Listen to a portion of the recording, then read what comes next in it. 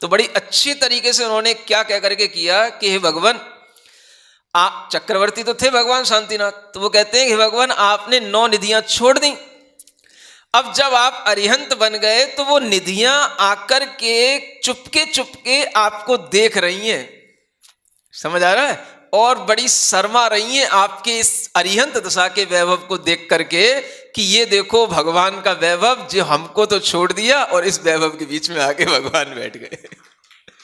समझ आ रहा है, मतलब कि भगवान ने जो वैभव छोड़ा है वह वैभव अब उनको छू नहीं सकता, सब वैभव उनको दूर से निहारता है, कोई भी बहुमूल्य चीज उनको टच नहीं कर सकती।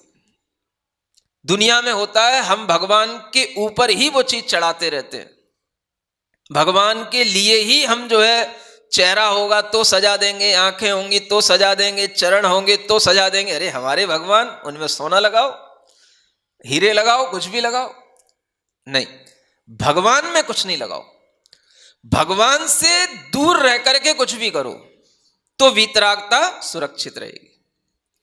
भगवान में अगर आपने सोना लगाया, भगवान के ऊपर ही आपने फूल रख दिए, भगवान के ही ऊपर आपने तिलक लगा दिया, भगवान के सिर पे ही छत्र धर दिया, तो इससे बढ़कर के बेवकूफी आपकी और कुछ नहीं होगी।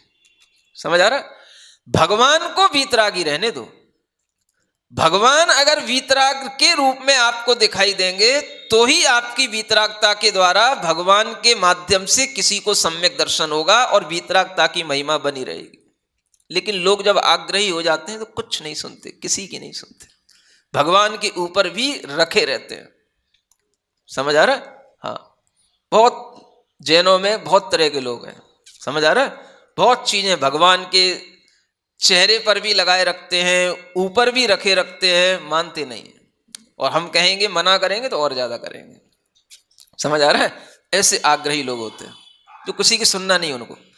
तो अगर भगवान की वीतरागता को हमें बचा करके रखना है तो सिर्फ एक ही उपाय है कि भगवान के चारों ओर कुछ भी करो और भगवान को वीतराग रहने दो। समझ आ रहा है? तभी भगवान की शोभा है, तभी आपको भगवान के दर्शन में आनंद आएगा। सिंहासन है, आप सिंहासन को कितना ही चमकीला बना सकते हो बनाओ, जितनी आपको लाइटें लगाना है सिंहासन में लगाओ। अब तुम भगवान की प्रतिमा पे ही लाइटें लगा दो, बिल्कुल नहीं। समझ आ रहा है? नहीं, कुछ नहीं कह सकते, आदमी का दिमाग है। समझ आ रहा है? मतलब अब वो पट्टी तो आती है बत्ती वाली, वो लाइट वाली, समझ आ रहा है, छोटी छोटी, हाँ, वो कहीं पे लगा दो। अब वो सोचता है आदमी कि भाई भगवान के चारों ओर लगाओ, इससे अच्छा भगवान को ही चमका दो, भगवान के ही ऊपर लगा दो। उसमें क्या लगता है? समझ आ रहा है? अगर ऐसी बेवकूफियां होने लगेंगी तो समझ में आएगा कि आदमी को कुछ भी ज्ञान नहीं है। समझ आ रहा है?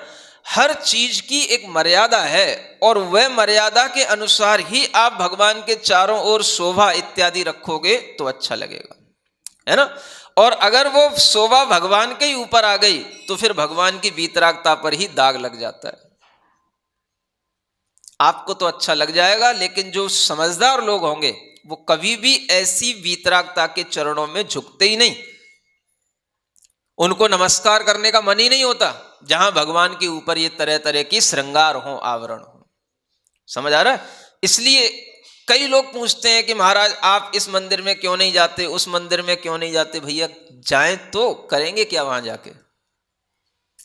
हम मंदिर में गए, आपने भगवान को ऐसा सजा रखा है, दुनिया की चीजें भगवान के ऊपर डाल रखी हैं और हमें वैसे भगवान पसंद नहीं है, और हम मंदिर में गए और भगवान को हम नहीं नमस्कार किए तो फिर आपको बुरा लगेगा। समझ आ रहा है? इससे अच्छा है कि ना आपको बुरा लगे ना तुम्हारे भगवान को बुरा लगे, तो वहां ऐसी जगह पर जाना ही नहीं जहां किसी को बुरा लगे। नहीं समझ आ रहा? नहीं जाने का भी कोई द्वेष नहीं है, कुछ कारण है। जब मन में वीतरागता का भाव है, भेष वीतरागता का है, तो हमको वीतरागता ही अच्छी लगेगी। जहां वीतरागता दिखे वहां हमें बताओ और वहां हम जाएंगे, तो वो किसी का भी मंदिर हो, हम वीतरागता को देख करके तुरंत भगवान के चरणों में नतमस्तक होंगे।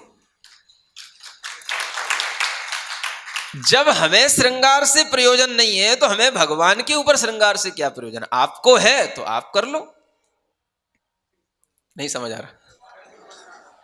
आप कहोगे नहीं महाराज हमें श्रृंगार चाहिए तो हमारे भगवान भी श्रृंगारित तो होने चाहिए, तो भैया आप कर लो, हम आपको मना तो नहीं कर रहे हैं। हमें तो नहीं चाहिए श्रृंगार। जब हमें अपने लिए ही श्रृंगार नहीं चाहिए तो फिर हमें भगवान के लिए भी नहीं चाहिए, तो हम क्यों ऐसे भगवान के सामने पहुंच करके हम भगवान को नमस्कार करेंगे? समझ आ रहा है? ये हमारे भीतर के लॉजिक क्लियर होने चाहिए। जो हमारी मानसिकता को भी बिलोंग नहीं कर रहा है तो वो हमसे बड़ा कैसे हो सकता है?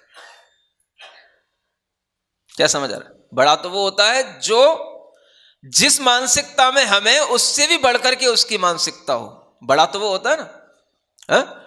जिनके चारों ओर सिंहासन, आभूषण, तरह तरह की चमकदार चीजें, सब कुछ बहुमूल्य चीजें सब लगी हुई हैं, लेकिन फिर भी जो उसके प्रति तनिक भी थोड़ा भी कोई अटैचमेंट नहीं रखते हैं, तब लगता है कि हाँ इनके अंदर का भाव हमसे बहुत बड़ा है, तो उनके चरणों में अपने आप झुकने का मन करेगा। ये सिंहासन इस बात का प्रतीक है कि देखो भगवान के लिए लोभ कसाय का अभाव हो गया। समझ आ रहा है? आपने पीछे पढ़ा छत्रत्रय में क्या कहा गया था? भगवान के लिए मान कसाय का अभाव हो गया। सिंहासन किस लिए दिखाया जा रहा है? भगवान में लोभ कसाय का अभाव हो गया। समझ आ रहा है? मैं आपसे वही कह रहा था कि जो वर्णन आपने छत्रत्रय, सिंहासन आदि अष्ट प्रातिहार्यों के पूर्व में जो स्तोत्रों में पढ़ रखे हैं, उनसे कुछ विशिष्ट वर्णन आपको यहां पर मिलेगा। समझ आ रहा है? ये भी एक कल्पना, ये भी एक भाव ज्ञान में आया तो वो भगवान महावीर स्वामी की भक्ति करते करते ही आया कि भगवान के अष्ट प्रातिहार्यों की स्तुति नकल से नहीं करना है भगवान, मुझे आपकी भक्ति से करना है। और भक्ति आपकी कर रहे हैं तो आप हमें अकल दो, अलग वाली, नई वाली। समझ आ रहा है? तो भगवान ने हमें अकल दी कि ये जो और लोगों ने भी और भी पूर्व में मुनियों ने, आचार्यों ने स्तुति की है, हे भगवान मुझे किसी की नकल नहीं करना, मुझे तो आप में अष्ट प्रातिहार दिखाई दे रहे हैं, तो ऐसा लग रहा है कि आपके भीतर कुछ घटित हुआ है। वो जो आप कह नहीं पा रहे हो वो सारी की सारी चीजें आपके सामने आ गई हैं। वो भीतर की चीजें प्रतीक के रूप में आपके सामने हैं। तो वो भीतर की जो कसायों का अभाव हुआ है आपके अंदर, उसके कारण से ये 8 ही प्रातिहार्य आपके चारों ओर दिखाई दे रहे हैं। ये इस वर्धमान स्तोत्र की एक बहुत बड़ी विशेषता है। समझ आ रहा है? अब आप कहोगे कसायों तो महाराज बहुत होती हैं, या कसाएं तो आपको 4 ही मालूम है, क्रोध, मान, माया, लोभ, और प्रातिहार हैं कितने? 8। समझ आ रहा है? तो जब आएगा वर्णन तब आपको बताएंगे, तब तक के लिए थोड़ा आप भी इंतजार करो। है ना? कि हमारे पास में इतनी अच्छी संयोजना बनी कि हम भी नहीं सोच सकते कि कैसे संयोजना बन गई और भगवान की इतनी अच्छी स्थिति हो गई। समझ आ रहा है? क्रोध, मान, माया, लोभ, इसके अलावा भी हमारे पास में और 9 कसाएं रहती हैं, और वो 9 कसाएं इतने अच्छे ढंग से फिट हुई कि जब आपके सामने वर्णन आएगा तब आपको बताएंगे। अभी तो आप ये देखो कि कसायों के अभाव से एक एक प्रातिहार्य भगवान के लिए प्रकट हुए हैं। ये आपने पहली बार ही सुनने को मिल रहा है आपको, और पहली बार ही आपको पढ़ने को मिल रहा है। समझ आ रहा है? 8 प्रातिहार्यों का वर्णन। तो ये ध्यान रखने योग्य है कि छत्रत्रय प्रातिहार्य किस कसाय के अभाव से? मान कसाय के अभाव से। सिंहासन प्रातिहार्य कैसे प्रकट हुआ? लोभ कसाय के अभाव से। समझ आ रहा है? अगर संयोजना अच्छी लगे, अगर कल्पना अच्छी लगे, तो आप अपने मन में भी इसको धारण करना कि वास्तव में कैसी ये चीजें अपने आप फिट हो गई, बैठ गई हैं। सिंहासन का लाभ मिला, फिर भी आप उससे 4 अंगुल ऊपर, लोभ के कारण से तो आदमी के अंदर ये भावना आती है कि मैं ऊंचे ऊंचे पद की प्राप्ति करूं। समझ आ रहा है? तीर्थंकरों को देखकर के भी कई लोगों के मन में भाव आ जाता है कि मैं भी ऐसा बनूं। समझ आ रहा है? तो उसको भी आचार्यों ने कहा कि ये भी एक निदान होता है। तीर्थंकरों का आप निदान करोगे तो निदान बंद नहीं होगा। समझ आ रहा है? निदान बंद का मतलब ये होता है कि भोगों की आकांक्षा करना, और भोगों की आकांक्षा करने के लिए अपनी तपस्या को, अपने पुण्य को दांव पे लगा देना, इसका नाम क्या कहलाता है? निदान। जैसे कि मान लो आपने कोई भी व्रत किया, कोई भी तपस्या की, और आपने भाव कर लिया कि हे भगवान, मैंने जितना भी पुण्य अर्जित किया है, मुझे जितनी भी तपस्या की है, उसका फल ये मिले कि मैं ऐसा राजा बनूं। समझ आ रहा है? तो ये क्या कर लिया आपने? इसको बोलते निदान बंद। समझ आ रहा? अगर आपके पास में पैसा होगा, पैसे का मतलब अगर आपके पास में वो पुण्य होगा, तो वो चीज दांव पे लग करके आपको वह राजा भी बना देगी। अगर आपके पास में होगा पुण्य तो। समझ आ रहा है? क्योंकि वो भी एक तरीके का बिजनेस हो गया। आपने अपने लिए कोई भाव किया कि हमारे जीवन भर की तपस्या का हमें अगर फल मिले तो ये मिल जाए, वो संसार की कोई भी चीज आपने कर ली, तो इसका नाम है निदान बंध। समझ आ रहा है? ये निदान बंध भी आर्त ध्यान कहा गया, दुख का कारण कहा गया। तो कोई तीर्थंकरों को देख करके निदान कर ले तो वो कर नहीं सकता, क्योंकि निदान करने वाला वही होना चाहिए जिसके पास में कोई उतना पुण्य भी तो हो। मान लो आप जुआ खेलने बैठ गए तो कुछ हाथ में तो हो, तब तो जुआ खेलोगे। बड़ा बड़ा दाव वैसे ही लगा दोगे हैं? शेयर मार्केट में कुछ हाथ कुछ होता है अपने पास तो तब बाजार चलता है कि वैसे चलता है? आजकल लोग कहते हैं महाराज वायदा बाजार तो ऐसे चलता है। लेकिन उसमें भी कुछ तो डिपॉजिट होता है। समझ आ रहा है? हाँ, देना पड़ता है, उसमें भी दिखाना पड़ता है। ऐसा नहीं है कि आप किसी भी कंपनी के कोई भी शेयर खरीद लो और कोई भी किसी से भी वायदा कर लो और हमारे पास इतना आ गया, हम इतना बेच रहे हैं, इतना कर रहे हैं। कुछ तो आपकी मतलब होनी चाहिए आईडी, कुछ तो वो देखेगा वो। समझ आ रहा है? तो ऐसे ही अगर आपके पास में पुण्य होगा तो वो चीज दांव पे लग करके आपको वो चीज मिल जाएगी, अगर नहीं होगा तो नहीं मिलेगी। तो अगर आप तीर्थंकरों के लिए भी ये भावना करो कि हमें निदान से मिल जाए, तो आप तीर्थंकर कभी निदान से नहीं बन सकते। और इसको भी निदान बंद कहा गया, इसलिए कहा गया कि ऐसा निदान करना नहीं। ये नहीं सोचना कि हमें तीर्थंकर बनने के लिए तपस्या करना है। समझ आ रहा है? तपस्या किसके लिए करना? हमें अरिहंत बनने के लिए तपस्या करना है। समझ आ रहा है? अरिहंत का मतलब क्या? हमें अपनी कसायों को नष्ट करके अपने अंदर अनंत ज्ञान, आत्मज्ञान प्राप्त करने के लिए तपस्या करना। ऐसा भाव करते करते अगर तीर्थंकर बन जाओ तो कोई बात नहीं। समझ आ रहा है? और अगर तीर्थंकर बनने के लिए आप तपस्या करने बैठे तो कुछ नहीं बन पाओगे। तो इसलिए ये बड़े बड़े लोभ होते हैं। समझ आ रहा है? सीएम की कुर्सी के लिए, विधायक तक की कुर्सी के लिए, संसद के पदों के लिए कितनी लड़ाइयां होती हैं, और कितने लोग एक दूसरे के लिए बुरा बोलते हैं, एक दूसरे के ऊपर आक्षेप लगाते हैं, एक दूसरे के लिए कितना कुछ कर देते हैं, मर्डर तक भी हो जाते हैं। समझ आ रहा है? ये सब किसकी बदौलत होते हैं? ये सब लोभ के कारण से बड़े बड़े पदों की चाह में इस तरीके के पाप करके आदमी अपने आप को बड़ा बनाने की कोशिश करता है। समझ आ रहा है?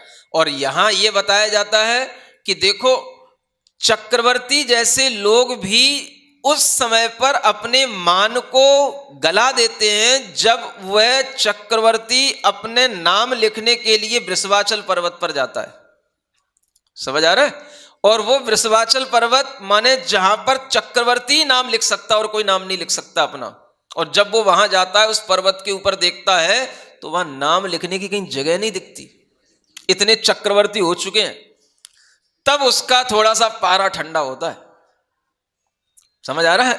हाँ, तब उसका थोड़े से टेम्पर डाउन होते हैं। तब वो सोचता है कि अरे, मैं तो सबको जीतते हुए आ रहा हूं, सबके सामने राजा बन करके चल रहा हूं, सब पर हुकूमत बना करके चल रहा हूं, और यहां आकर के इतने नाम भरे पड़े, इतने बड़े पर्वत पर 1 इंच जगह नहीं है कि मैं अपना नाम लिख पाऊं। तब उसे एक नाम वहां पर हटाना पड़ता है, खोदना पड़ता है, और उसके बाद में अपना नाम लिखना पड़ता है। क्योंकि अपना नाम लिखना तो है, क्योंकि अगर बिना लिखे जाऊंगा तो कहीं कोई आर्कियोलॉजी का आ गया तो खोज करते करते कि यहां भरत चक्रवर्ती हुआ कि नहीं। समझ आ रहा है? देखो कितनी बड़ी बात है। मतलब कि दिख रहा है कि यहां पर पूरा पर्वत नाम से भरा हुआ है, लेकिन फिर भी ये भाव नहीं आ रहा चलो अपन अब वापस चलते हैं, यहां पे नाम लिखने से क्या फर्क पड़ेगा, इतने तो हो गए हैं, इनके ही कोई पढ़ने वाला यहां नहीं आता तो मेरा कौन पढ़ने के लिए यहां आएगा। समझ आ रहा है? अगर भरत चक्रवर्ती इतने ही वैरागी होते घर में तो उस वृषभाचल पर्वत से नीचे उतर करके बिना नाम लिखे हुए क्यों नहीं आ गए। सुन रहे हो? कई लोग बहुत बोलते हैं भरत चक्रवर्ती घर में वैराग्य। समझ आ रहा है? वैराग्य तो वो कहलाता है जहां दिखाई दे अरे आदमी किसमें लगा है, अरे जिस राग की परिणति में आदमी लगा है उसी राग की परिणति में मैं जा रहा हूं, उससे उसको विरक्ति हो जाए, उसका नाम वैराग्य।